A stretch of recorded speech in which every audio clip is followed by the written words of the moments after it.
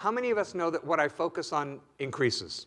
Yeah, we know that. We've heard that. That's around. That's out there in the thinking of the world now, that what I focus on increases. Yeah, that's true. That energy grows where energy flows. You keep giving your energy to something, and that area is going to grow. So often, though, we focus on what we don't want, right, rather than what we do. We major in the minors, as I call it. Yeah, we major in the minors. We focus on the things that we don't want to happen. We focus on all the possible bad outcomes. We focus on all the worst case scenarios. So I think it's good to demand more from yourself than anybody else does. Now, I know not everybody's going to agree with me. This is, oh, no, I need to give myself a break. I need to love myself. I need to let myself relax and enjoy. And, oh, just put a lid on that, okay? Just for a minute. Listen to what I think it's good to demand more from yourself than anyone else requires of you. And what I mean by that is that you know when you are doing what you're supposed to do. You know when you are showing up being your best self. You know, because you know what? It's not difficult to get people to agree with you about how limited you are, right? You already have them programmed into your cell phone. You know exactly who to call for agreement. You know, you just like hit the thing, and the phone beep, beep, beep, beep, beep, beep, beep. Hello, tell me again. Oh, you're poor, you're broke, you're limited, you're hopeless. Gotta go, bye. You know? We know how to get that. You know, people are more than willing to agree with how limited we are. Where are the friends that we dial when we say, you know, I need somebody to remind me that I have the capacity to reach for the moon? You know, are those numbers programmed into our cell phone? That's what I want to know.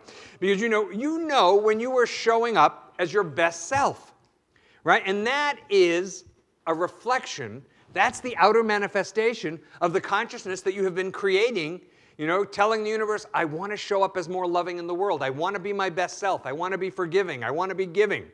See, is what I'm doing right now moving me forward? Is it empowering me? Is it adding to my life? Is it helping me heal? Is it helping me prosper? Is it helping me live healthy or not? You know, I grew up around people who seem to be largely dissatisfied. Now, you know, at first glance, my response to that could be how victimized I was by growing up in a situation where people were dissatisfied. But you know, no good will come from that, okay? We understand that. No good will come from that. So as I take a little time and I look at that, I can see, you know, if everything has a gift in it, where's the gift here? How does this serve me? The gift is that being around people who were always dissatisfied fanned a flame in me, in my soul, to make me want to search and do what I needed to do to have the kind of life where I would be happy, where I would be prosperous, where I would be fulfilled, where I would feel creative in my life rather than feel like I was a victim of life. So see, that was actually a gift. It was the impetus in my soul to kick me forward and do better. All right? So it was my drive to change, right? That's what actually got me going on my own hero's journey. If you've been in class with me, you know we talk about the movement from Kingdom 1 to Kingdom 2 consciousness, where we go from victim consciousness to where we really start doing our own spiritual work. So, you know, when people are doing well, it's not really a mystery. It's not. We act like it is, you know, secrets to healing and secrets to success. It's not a mystery. Look around you and see who's healing. What are they doing? Who has a life that you want?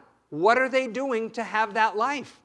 You know, spiritual masters were not born that way. I think we act like they were. You know, Jesus didn't come out into the world as a baby and immediately start walking on water and multiplying loaves and fishes. You know, you see little Jesus at, you know, Nazareth kindergarten. You know, all of a sudden there are mountains of graham crackers. That did not happen until he was 30 years old and he started his public ministry, right? Buddha came in and did years of spiritual work before he ever taught one person, you know? And then what they taught was actually very, very simple stuff. So know that the spiritual masters were not born that way, that their consciousness evolved just like ours does. And here's the thing. that our habits create our destiny. Isn't that interesting? That our habits create our destiny. It's true in life. It's absolutely true in consciousness.